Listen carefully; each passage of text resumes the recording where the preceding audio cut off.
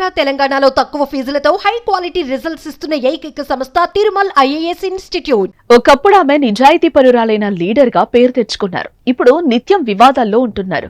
ఆమె ఎవరో కాదు, తెలుగు రాష్ట్రాల్లో ప్రత్యేక గుర్తింపు పొందుతున్న సీనియర్ ఐఏఎస్ అధికారిని స్మితా సబర్వాల్. తాజాగా ఆమె మరోసారి చిక్కుల్లో పడ్డారు. మేడం కారు అద్దెలో అవకతవకలు ఇప్పుడు తెలంగాణలో హాట్ టాపిక్ గా మారాయి.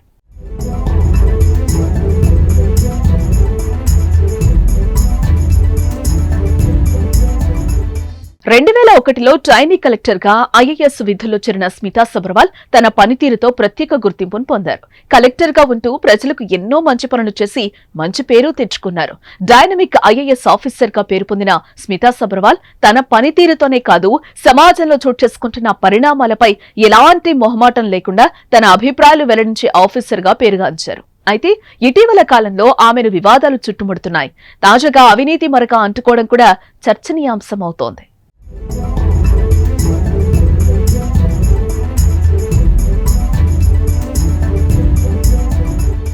స్మితా సబర్వాల్ కేసీఆర్ సీఎంగా ఉన్న సమయంలో సీఎంఓలో కీలకంగా పనిచేశారు. కేసీఆర్ ఆమెకు నీటిపారుదల ప్రాజెక్టులు వంటి శాఖల్ని అప్పగించారు. ఆమె చాలాసార్లు హెలికాప్టర్లలో కూడా వెళ్లి ప్రాజెక్టులను చూసి సమీక్ష చేసి వచ్చారు. అయితే ఆమె నిబంధనలకు విరుద్ధంగా ఆమె ఓ కారును వినియోగించుకున్నారనే ఆరోపణలు బయటకొచ్చాయి. 2016 అక్టోబర్ నుంచి 2024 మార్చి వరకు అధికారినిగా ఓ వాహనం వినియోగించుకున్నారు.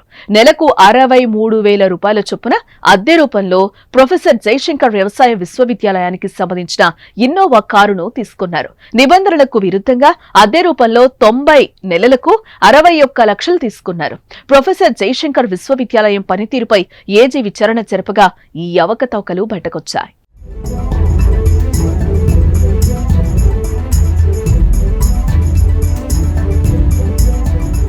స్మితా సబర్వాల్ కార్యాలయం నుంచి బిల్లులు జయశంకర్ యూనివర్సిటీకి వెళ్లవే మంజూరు చేసేవారు.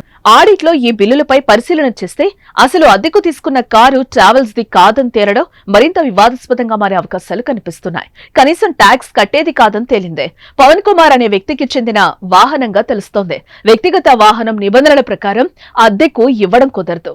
ఆ కారును స్మితా సబర్వాల్ నిజంగానే అద్దెకు తీసుకున్నారా, లేకపోతే అద్దె పేరుతో బిల్లులు మాత్రమే పెట్టుకున్నారా అనేది తేలాల్సిందే.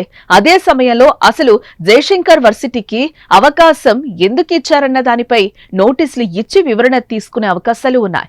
న్యాయ నిపుణుల సూచనలు తీసుకుని ఆ తర్వాత ఆమె నుంచి రావాల్సిన సొమ్మును రాబట్టేందుకు సిద్ధమవుతున్నారని తెలుస్తోంది.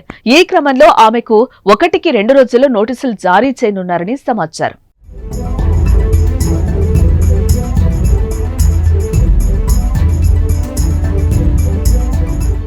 కేసీఆర్ ప్రభుత్వ హయాంలో అంతా తానే అధికారం చెలాయించిన స్మితా సబర్వాల్ కు కాంగ్రెస్ ప్రభుత్వంలో నాటి వైభోగం లేదనే చెప్పాలి. వాటితో పాటు వివాదాలు కూడా వెంటాడుతూ ఉన్నాయి. గతేడాది దివ్యాంగులు రిజర్వేషన్స్ పై స్మితా సబర్వాల్ చేసిన వ్యాఖ్యలపై పెద్ద దుమారమే చెలరేగింది. ఐఏఎస్, ఐపీఎస్, ఐఎఫ్ఓఎస్ వంటి అత్యున్నత సర్వీసుల్లో వికలాంగుల కోట ఎందుకు ఉండాలంటూ స్మిత తన అభిప్రాయాన్ని వ్యక్తం చేయడంపై నిరసనలు వెల్లువెత్తాయి. తీవ్ర విమర్శలు పాలయ్యారు. ఇప్పుడు కారు అద్దె వ్యవహారంతో మరింత చిక్కుల్లో పడ్డారు.